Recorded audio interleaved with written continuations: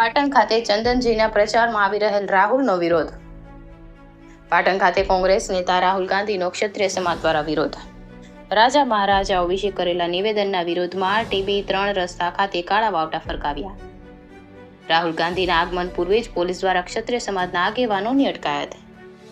Reporter Raju Joshi, Patan.